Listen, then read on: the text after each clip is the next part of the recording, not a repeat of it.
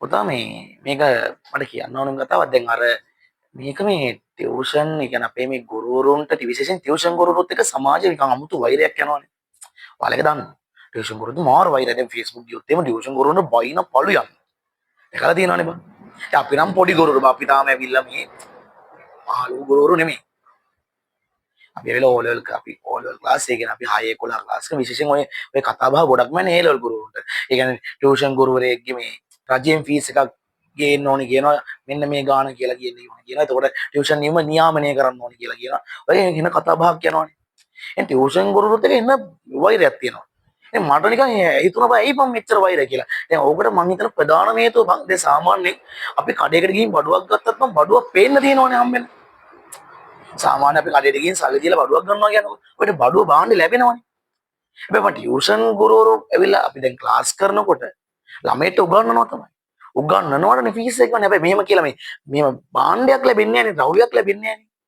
ඉගෙනනවා කියලා. මෙන්න අද ඉගෙනනවා මෙහෙම කියලා මොකුත් හතරස් පෙට්ටියක් එහෙම මොකුත් නැහැ නේ පුතා. කියන්නේ ලැබෙන ඒ කියන්නේ අර ඇහැට පේන්නේ කියන්නේ ළමයෙක්ගේ ඔළුවට දාන දෙයක් නේ බං මේ ගුරු වෘත්තිය කියන්නේ. උගන්වනවා කියන්නේ ළමයෙක්ගේ ඔළුවට දාන. ඒතර පේන්න දෙයක් ලැබෙන්නේ නැහැ නේ. අර හැමෝම හිතන්නේ මේ මොකුත් පේන්නේ නැහැ.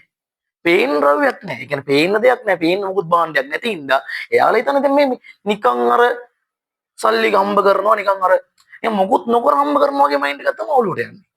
ඒක තියෙනවා ගොඩක් කට්ටියට. ඇත්තටම කියනවා අපි ක්ලාස් එකේ කාලේ අපිටත් ඕගොල්ලෝ තිබ්බා. අපේ සර්ලා හම්බ කරන අම්මට සරි මාර හම්බ කරලානේ හම්බ කරන්නේ මෙහෙමයි කියන්නේ. හැබැයි දැන් ගුරුවරු ගුරලේරා වෙනකන් කතා කරලා කෑ ගහලා උගන්වනවා. එතකොට මේ ළමයිගේ ඔළුවට දානවා බං. දැන් ගුරුවරයෙක් නැත්තම් බං කවදාවත් ඉංජිනේරුවරු දොස්තරවරු මොකෙක්වත් බිහි වෙන්නේ නැහැ නේ. ඇත්ත කතාව. ඒ ඔක්කොම බිහි වෙන්නේ බං ගුරුවරු නිසා. එතකොට අර හැබැයි අර මිනිස්යන්ට පේන්නේ නැහැ බං. අර ඇහැට පේන දෙයක් නැහැනේ. කියන්නේ ගුරුවරයෙක් කියලා කඩේට ගිහින් බඩුවක් ගන්නවා වගේ ඇහැට පේන දෙයක් නැහැ නේ බං. ටියුෂන් එකේ. ඒක නිසා ටියුෂන් ගුරුවරයෙක් එක පට්ටමව. ඒ අවුල් යන හේතුව තමයි අර. මට හිතෙන විදිහට ඒක තමයි හේතුව. ඒක ප්‍රධානම හේතුව. නෑ අවුල් යන්නේ පුතා මේ අර කඩේට ගිහින් බඩුවක් ගන්නවා වගේ. අපි දෙයක් දැන් ලක්ෂ ගාණක් ඉදන් කරලා මොකක් හරි බඩුවක් හරි අපිට පේන්න තියෙනකොට මම ඒක දන්නවා මේක ලැබුණා කියලා. හැබැයි මම අර ටියුෂන් ගුරුවරුන්ගේ හරි ඒ කියන්නේ විශේෂයෙන් ටියුෂන් ගුරුවරුත් ඒකෝගේ පාසල් ගුරුවරුන්ගෙන් පඩියක් ගන්න නැහැ නේ මෙන්න මේ කියන්නේ සර් ගුරුවරු පඩි ගන්නවා මං කියන්නේ ඒ දරුවන්ගෙන් මේ වෙනම මෙච්චරක් කියලා ගන්න නැහැ නේ. ටියුෂන් ගුරුවරුන් ඔක ගන්න ෆීස් එක මාස ගානේ. එතකොට අර පේන්න දෙයක් නැහැ නේ. දැන් බඩුවක් ගන්නවා වගේ පේන්න දෙයක් තිබ්බනම් එහෙම කවුරුත් වචනයක් කියන්නේ.